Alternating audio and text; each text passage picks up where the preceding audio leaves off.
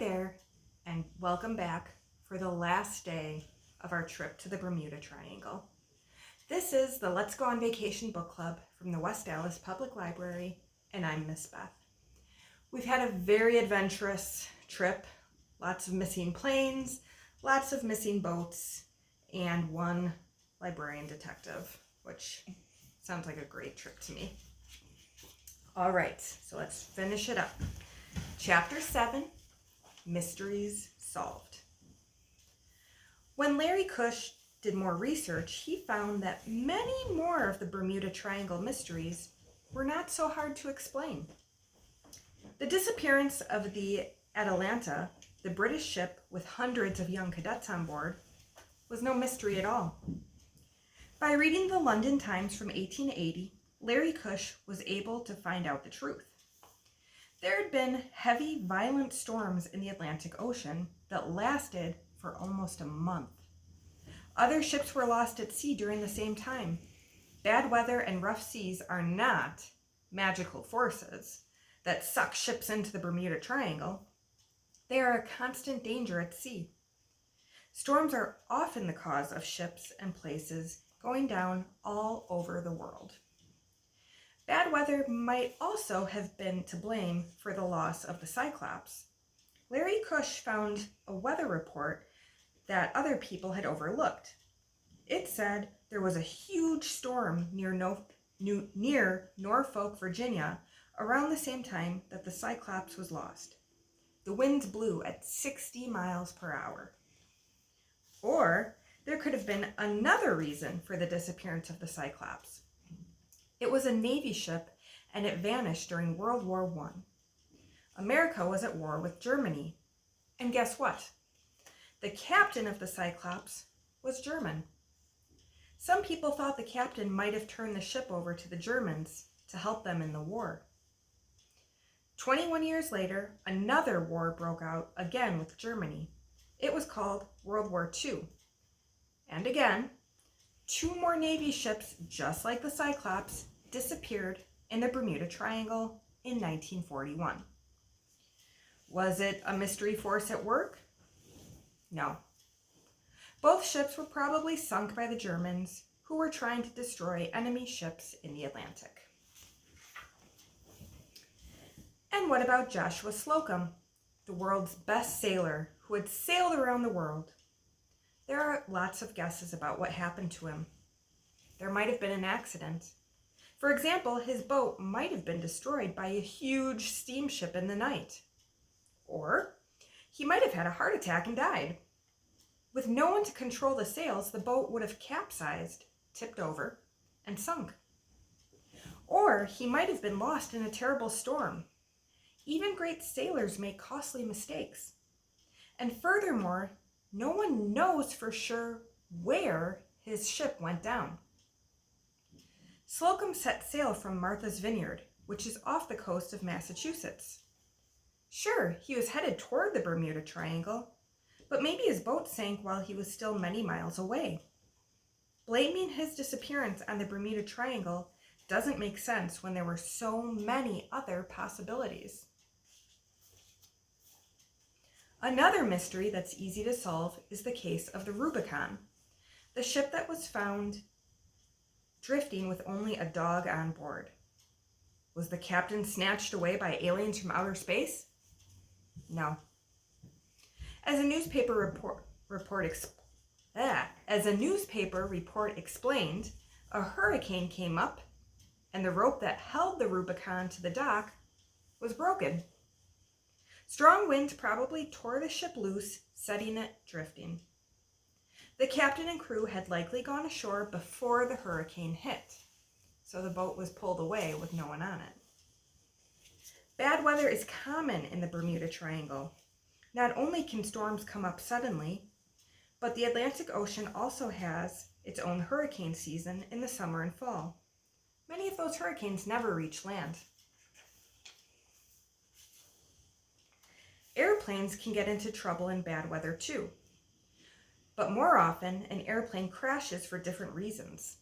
The Star Tiger, which vanished in 1948, had a number of problems. There were things wrong with the plane's mechanical parts, things that hadn't been fixed. Also, the plane was filled with so much fuel it was actually overweight, a little too heavy. And the plane was flying at a very low altitude, only about 2,000 feet above the earth. Normally, a plane that size would fly as high as 20,000 feet. It's harder for a pilot to control a plane that's flying so low. If a mistake is made, there isn't as much room to correct the problem before crashing. No one knows for sure what happened to the Star Tiger, but after its sister plane, the Star Ariel, disappeared the next year, the British airline company stopped using those planes for passenger flights. The airline seemed to believe that kind of plane was no longer safe, no matter where it flew. How about the disappearance of the DC-3 plane, bringing families home from Christmas vacation? Yes, the weather was clear, but the plane had weak batteries, so the radio signals were not strong. The pilot lost touch with the control tower. Winds might have blown the pilot off course, and the pilot and co-pilot had been flying for 20 hours that day. They could have been tired. These are more likely explanations for why that plane went down, not a spooky force in the Bermuda Triangle. The two military planes that disappeared in 1963 are not a mystery at all. When the Air Force investigated, they found proof that the two planes had collided. They had run into each other in midair. And what about the flying boxcar that disappeared in 1965? Did a UFO grab that plane out of the sky? Not likely. The more logical explanation is that one of the plane's two engines died. With only one engine, the pilot would have had a very hard time keeping the plane in the air. One thing, however, remains true about flying through the Bermuda Triangle. The skies can be very hazy and strange at times. One pilot named George Smith reported his experiences. George explained how easy it is to get confused. He said that sometimes the ocean and the sky blended together so much he didn't know which was which. Sometimes he didn't know whether his plane was upside down or right side up. He couldn't trust his eyeballs. When that happens, George said, a pilot can be heading toward the water in a spiral and not even realize it. Pilots can crash into the ocean without ever sending an SOS. The same thing can happen at night, too. Sometimes, if it's hazy, the stars look like lights on the ground. Pilots don't know which way is up. But not every mystery in the Bermuda Triangle can be explained so easily. Some mysteries are still unsolved, even today. Chapter 8, Unsolved. We will probably never find out what happened to ghost ships such as the Carol A. Deering. The crew might have mutinied, or the captain might have been involved in some sneaky plot. Or maybe it simply ran into bad weather. Maybe everyone climbed into a lifeboat and then they were lost at sea. It's hard to know for sure, especially after so many years. The Ellen Austin and the derelict ship that it found remains a double mystery. It seemed almost too spooky to be true. Was it real? Or was it just a ghost story? No one knows for sure, but Larry Cush couldn't find a single newspaper report from the 1880s about the Ellen Austin encountering an unnamed mystery ship.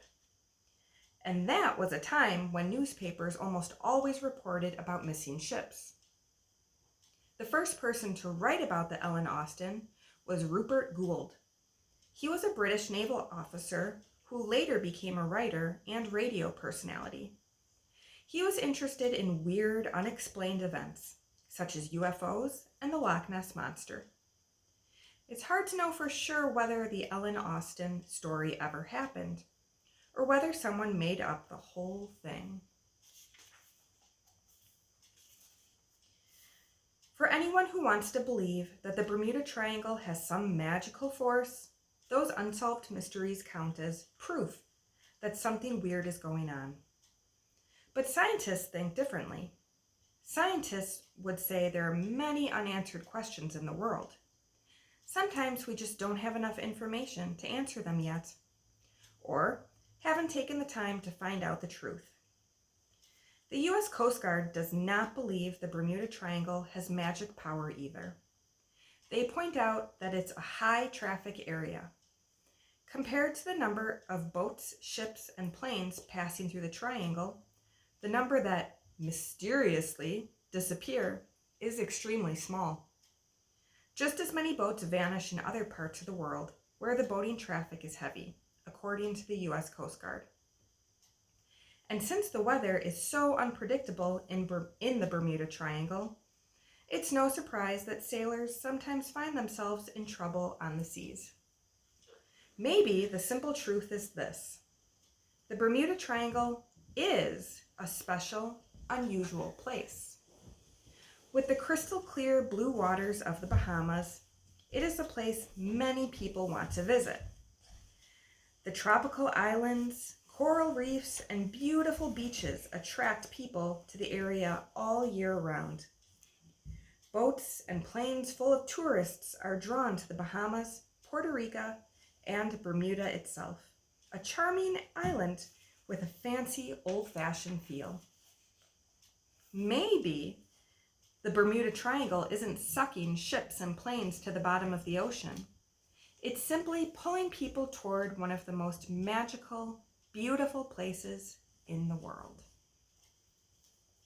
The end. So, what do you think? Would you want to travel to Bermuda and the Bermuda Triangle?